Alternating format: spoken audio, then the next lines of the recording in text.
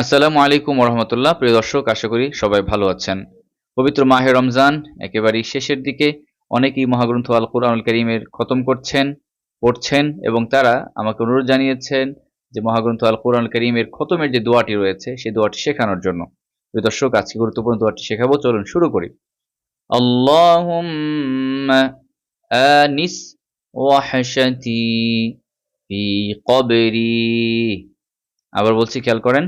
আল্লাহুম্মা আনিস ওয়াহশাতি ফি কবরি।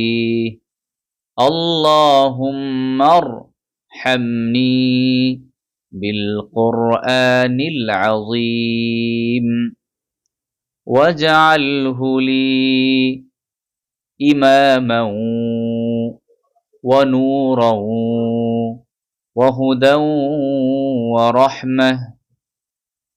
اللهم ذكرني منه ما نسيت وعلمني منه ما جهلت وارزقني تلاوته آناء الليل وآناء النهار واجعله لي حجة يا رب العالمين।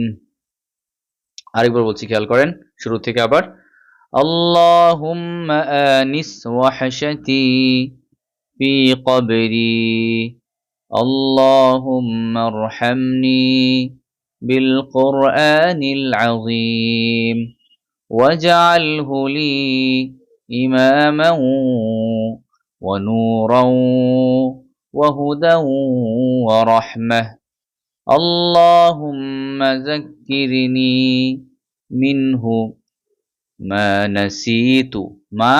نسيت وعلمني منه ما جهلت وارزقني تلاوته آناء الليل وآناء النهار واجعله لي حجة يا رب العالمين।